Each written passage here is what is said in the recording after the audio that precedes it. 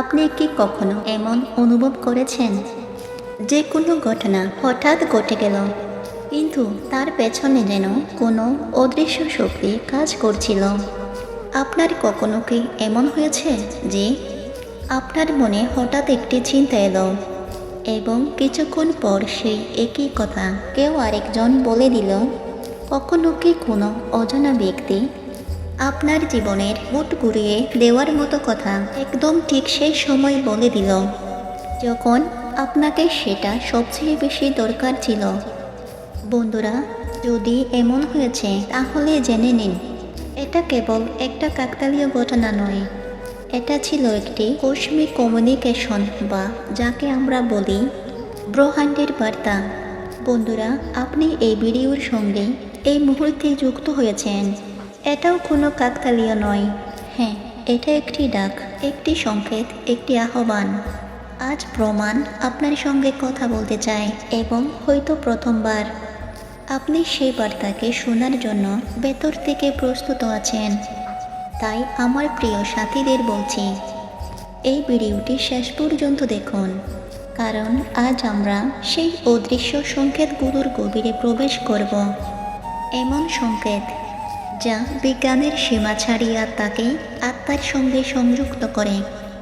আজকের প্রতিটি শব্দ, প্রতিটি ভাবনা আপনার অন্তর মনের সঙ্গে কথা বলবে।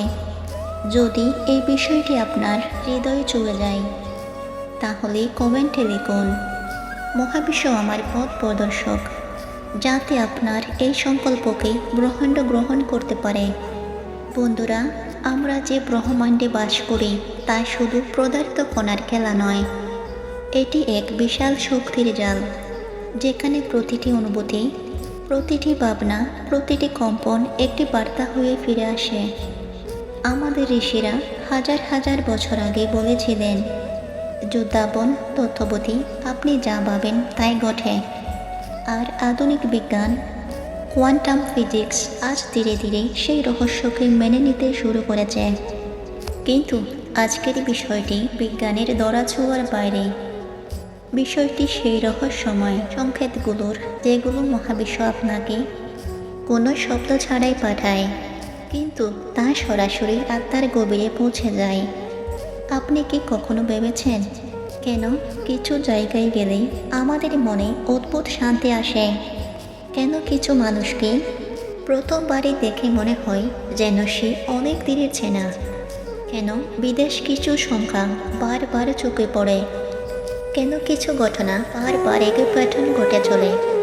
বন্ধুরা, এগুলো সব কোনো কাকতালীয় ঘটনা নয়। এগুলো সবই ব্রহ্মাণ্ডের সংকেত, আমাদের মহাবিশ্বের সংকেত, যা আমাদের সতর্ক করে, পথ দেখায় এবং কখনো কখনো রক্ষা করেও। কারণ মহাবিশ্ব কেবল বাইরে নেই, তা আপনার ভেতরেও আছে। যখন আপনার মন শান্ত থাকে, তখন আপনি সেই সংকেতগুলো ধরতে পারেন।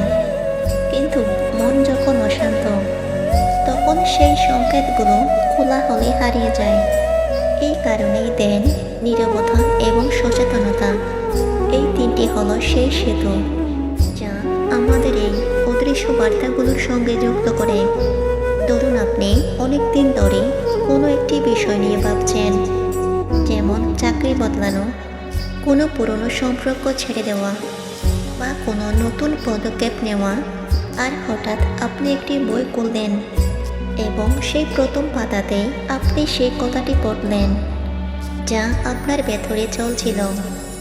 অথবা কোনো একজন মানুষকে আপনি দেখা করলেন, যে না জেনে আপনাকে সেই পরামর্শ দিল যা আপনি কখনো কাউকে বলেননি।